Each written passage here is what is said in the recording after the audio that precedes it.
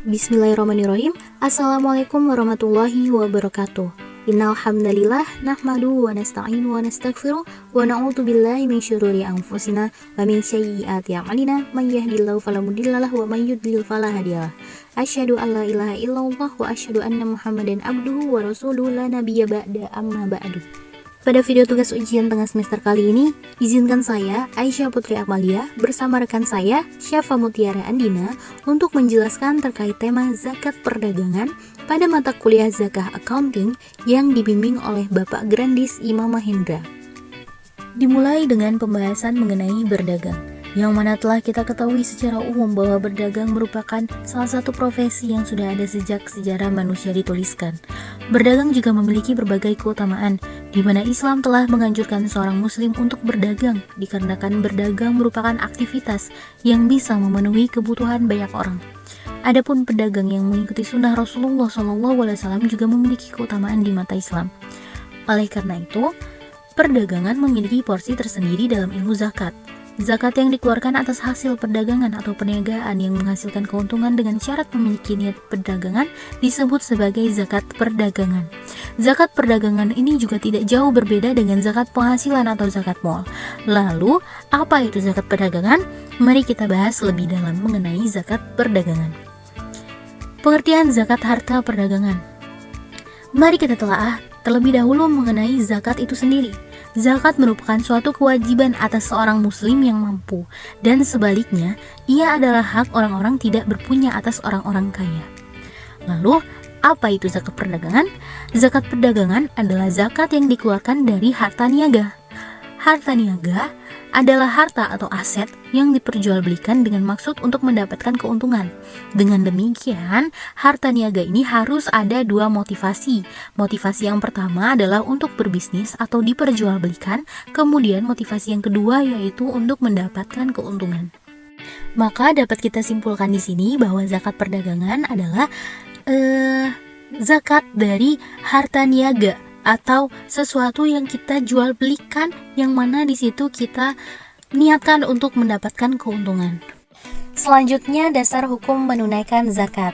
Zakat ini merupakan suatu kewajiban bagi umat Islam yang mampu untuk menunaikan zakat atas hartanya apabila nisabnya sudah cukup dan haulnya sudah tiba.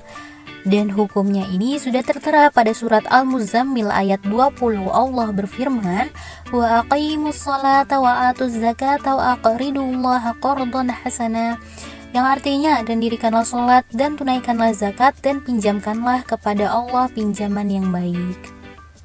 Kemudian, hukum ini juga tertera pada rukun Islam yang ketiga, yaitu tunaikanlah zakat.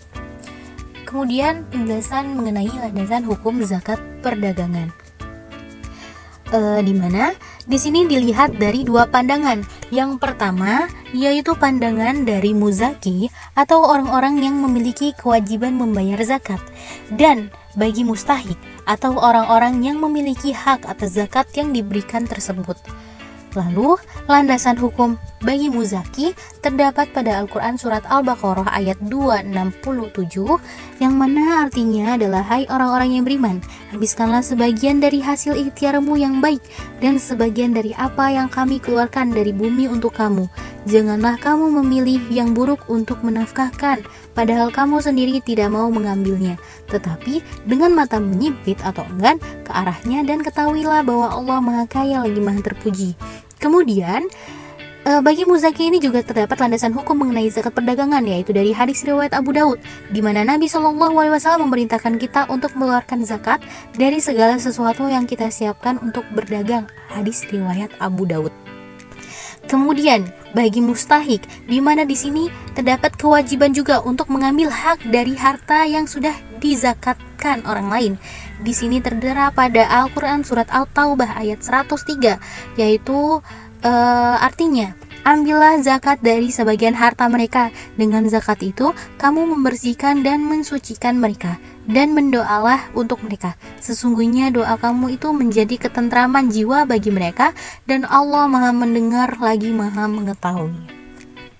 Kemudian, ketentuan-ketentuan dalam zakat perdagangan. Jadi, sifat hasil usaha yang dizakatkan haruslah baik, bukan dari penghasilan yang haram seperti jual beli miras, daging babi, dan lain-lain. Harta zakat diambilkan dari kelebihan harta selama setahun setelah dikurangi hutang.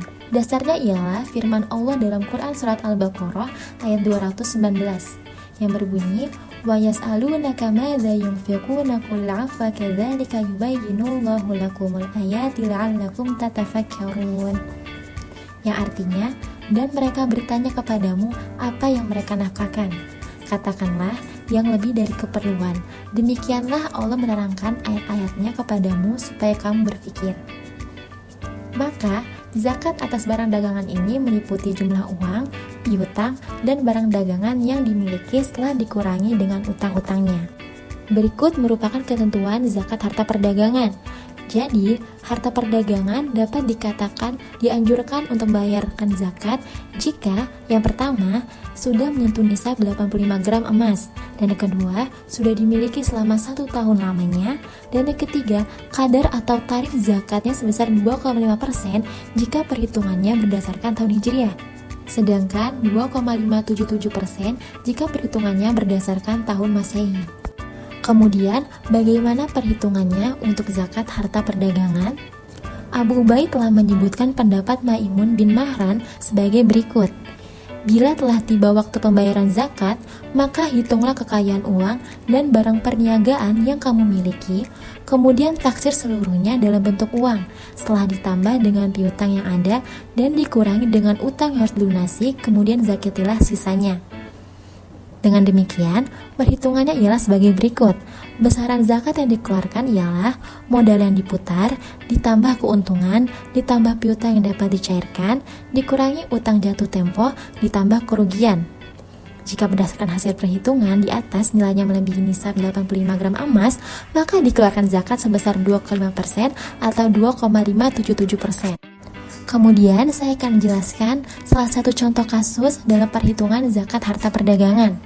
Di sini ada Bapak Ahmad yang memiliki usaha yang telah berjalan mulai tanggal 1 Januari 2019 dengan aset berupa kas senilai 200 juta, barang dagangan 50 juta, piutang 20 juta, dan hutang jangka pendek senilai 15 juta rupiah. Jika harga emas saat ini ialah 1 juta rupiah per gramnya. Maka, berapa jumlah zakat perdagangan yang harus ditunaikan oleh Bapak Ahmad? Dan juga, kapan Bapak Ahmad harus mengeluarkan zakat perdagangan tersebut? Jika berdasarkan perhitungan Hijriah, maka perhitungannya sebagai berikut. Zakat perdagangan ialah kas senilai 200 juta rupiah, ditambah barang dagangan senilai 50 juta rupiah, ditambah piutang senilai 20 juta rupiah, dikurangi hutang jangka pendek senilai 15 juta rupiah. Hasilnya ialah 255 juta rupiah. Di sini, harta perdagangan Bapak Ahmad melebihi dari nisabnya, yaitu 85 juta rupiah, karena 1 juta rupiah dikalikan 85 gram.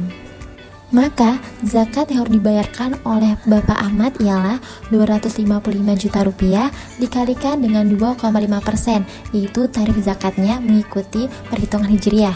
Hasilnya ialah 6.375.000 rupiah. Dan zakat ini seharusnya dikeluarkan pada tanggal 1 Muharram 1995 Hijriah. Sedangkan dalam perhitungan Masehi, tarif zakatnya dikalikan dengan 2,577%. Jadi, hasil zakat perdagangan ialah 6.571 juta rupiah.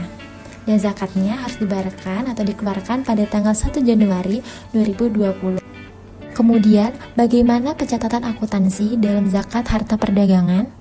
Akuntansi zakat perdagangan adalah akuntansi untuk menghitung dasar perhitungan zakat, di mana muzaki hanya mempunyai usaha dalam bidang perdagangan sebagai usaha pokoknya, yaitu menjual dan membeli barang dagangannya.